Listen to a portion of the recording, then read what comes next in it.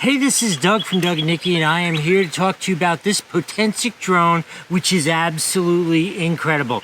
Let me roll the video and I'll talk to you about its features, and then I'll come back at the end, do a review. Let's go fly it.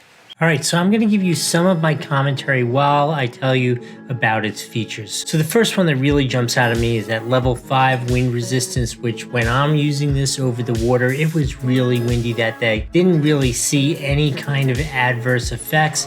It is less than the 249 grams, which means you don't need to register it with the FAA to use it legally. You still do have to follow the FAA rules, but you don't have to register it. It has brushless motors, which always makes it more efficient and more powerful. I will say it kind of has this kind of cool, angry sound to it. It definitely has like that buzzing bee.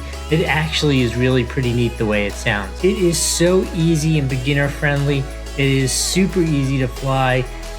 There's video mode, normal mode, sport mode to, adjust for what your needs are and what you're doing. It's super flexible that way. The 4K electronic image stabilization is amazing. That probably a little bit has to do with the Sony sensor that it's equipped with. It's actually a 1/3 inch COMS sensor, which is just like what you're going to find in some cameras. You can shoot 12 megapixel photos. Here's some of the photos that I took with them. So I've edited them a little bit just to kind of crop them, make sure the horizon is straight, but this is pretty much what they look like out of the drone. All of this video is shot at 4K, 30 frames per second, but you do have an option of going up to 60 frames a second in 1080p, which is still full HD, and there you can get a little slow motion effect. You can adjust the angle of the camera to straight 90 degrees down all the way to actually looking up a little bit perspective wise. It has PixSync 2.0, which is supposed to give you a 4-kilometer long transmission range.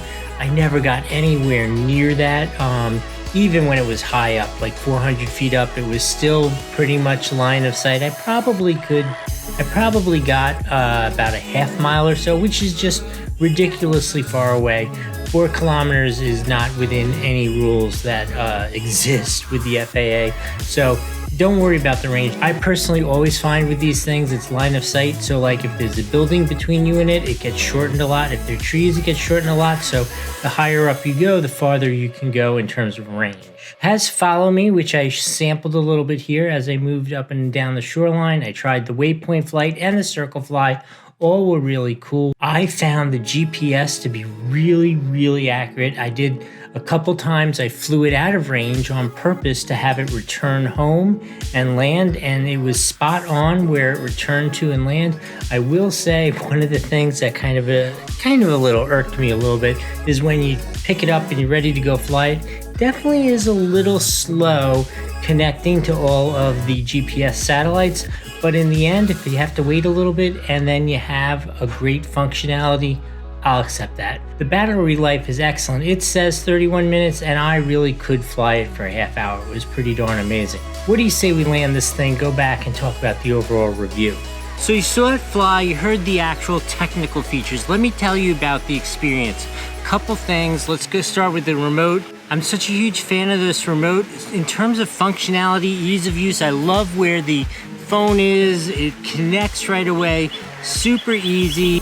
The functions are all right where you want them. You have 2 buttons. You have start and stop for video, start and stop for photo. You can tilt the camera up or down. That's pretty much all you have on here, and a return to home and a pause, okay? Super simple, very easy to work. I love the functionality of this. Let's talk about the drone itself.